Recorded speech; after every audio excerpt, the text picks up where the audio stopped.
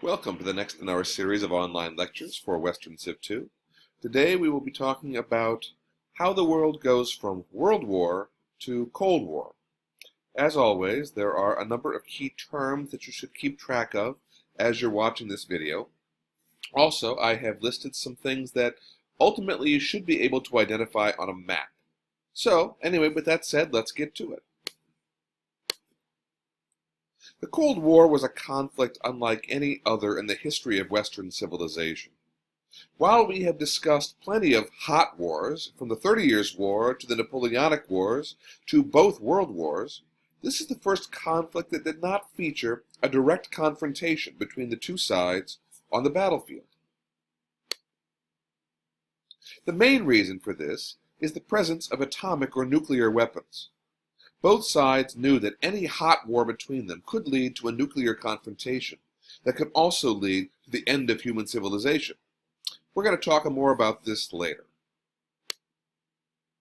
Nevertheless, the Cold War, which lasted from 1946 through the fall of the Soviet Union in 1991, featured a number of tense confrontations between the two great superpowers. Before we discuss those confrontations, however, we need to know a little bit more about each side. Typically, the Cold War is characterized as a battle between East and West.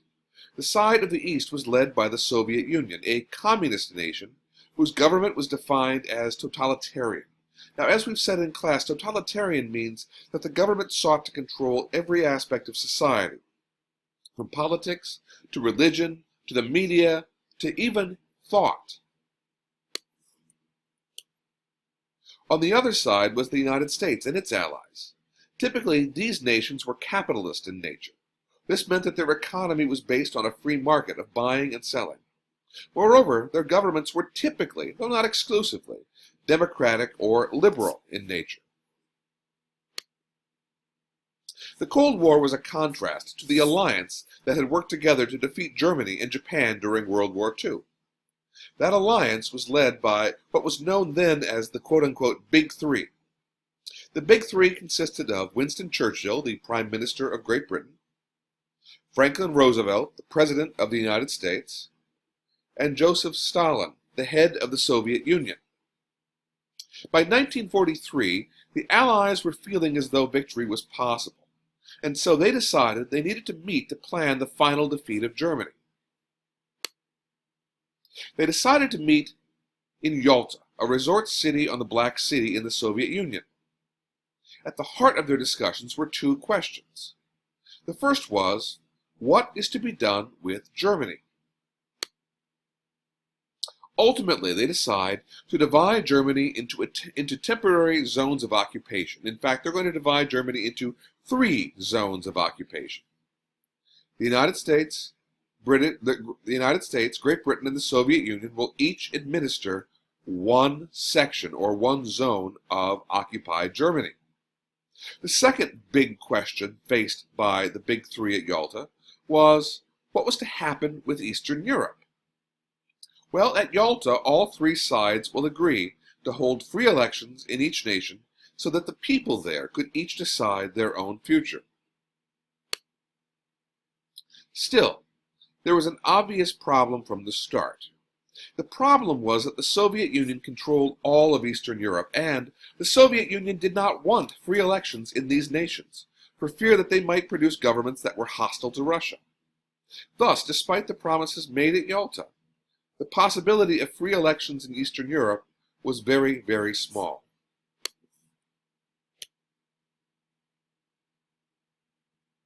Now, by the summer of 1945, a major change has occurred within the Big Three.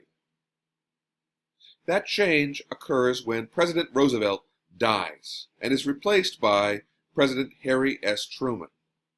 So the next time that the Allies meet will be in July of 1945 at the Potsdam Conference. And as I said, now the United States will be represented by their new president, Harry Truman. Truman repeated U.S. demands for free elections in Eastern Europe, but the Soviet leader, Joseph Stalin, said no. Stalin fears that free elections will lead to governments that are hostile to the Soviet Union. He makes it clear that the Soviets will be safe only if they control the nations that border them.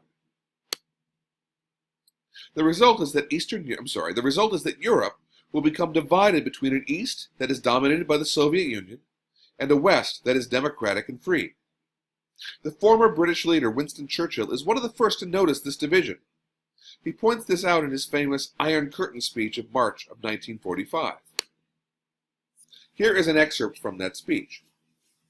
From Stettin in the Baltic to Trieste in the Adriatic, an iron curtain has descended across the continent. Behind that line lie all the capitals of the ancient states of Central and Eastern Europe: Warsaw, Berlin, Prague, Vienna, Budapest, Belgrade, Bucharest, and Sofia. All these famous cities and the populations around them lie in what I must call the Soviet sphere, and all are subject in one form or another, not only to the Soviet influence, but to a very high, and in many cases increasing measure of control from Moscow. Here is a map of what Churchill is talking about. The pink nations to the west represent free and democratic Europe. The green nations to the east are communist and under the control of the Soviet Union.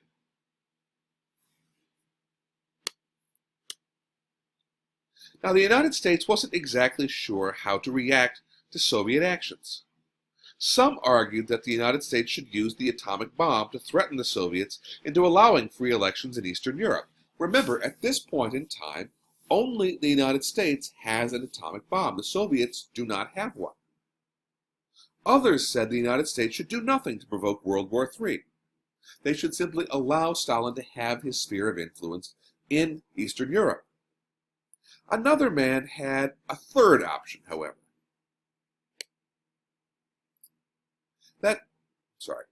That man was an American foreign policy expert by the name of George Kennan.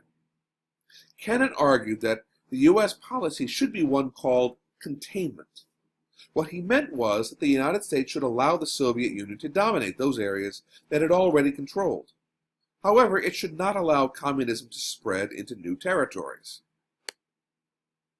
The first test of Kennan's theory came in 1948, in the former German capital of Berlin. Berlin is located deep within the Soviet zone of occupied Germany. Berlin, much like the rest of Germany, was divided into 4 zones. There was a British zone, an American zone, a French zone, and a Soviet zone. The British, American, and French zones constituted the western half of the city, or West Berlin. West Berlin was free and democratic, while East Berlin was under Soviet domination. In June of 1948, the Soviet Union ordered that all ground routes into West Berlin be cut. Stalin has decided to starve the Western powers out of their half of the city. He feels that it is destabilizing to have a free and democratic city in the heart of the Soviet zone, or the communist zone of Germany. Now the question becomes, how will the Western nations react to Stalin's blockade of West Berlin? Some will argue that they should withdraw from Berlin entirely. Others, however, thought they should fight the Soviets to open up supply routes into the city. This, of course, would risk World War III. Others looked to containment as an option. Excuse me.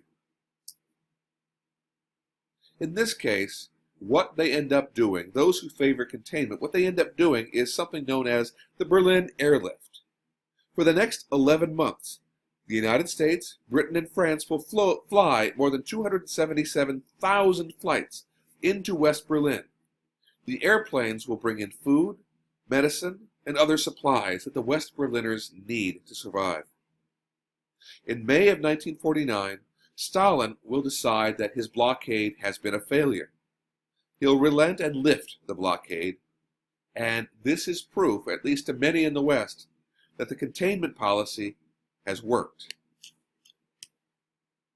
A second test of containment will come a few years later, and half a world away, in the nation of Korea. The arrow on the map points out where Korea is. It's located in East Asia, just to the west of Japan and to the east of China.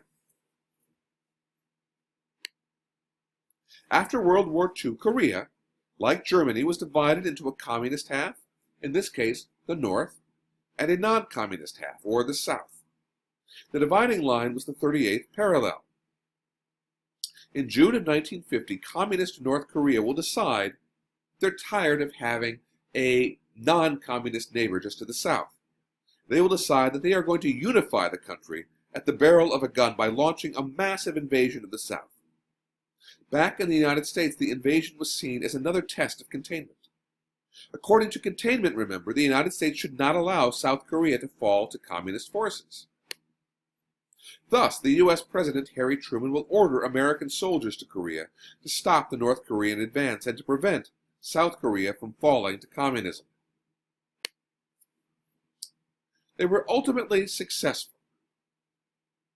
The non-communist forces led by the United States will push the North Koreans and their Chinese allies back to the 38th parallel. Peace talks will succeed in creating an armistice between the two sides.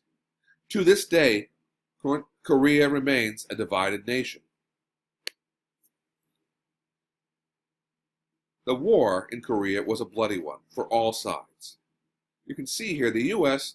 lost about 140,000 casualties, or 36,000 killed. South Korea has 1.2 million casualties, however, North Korea about 1 million, and China, which was allied, as I said, to North Korea, lost about 600,000 men.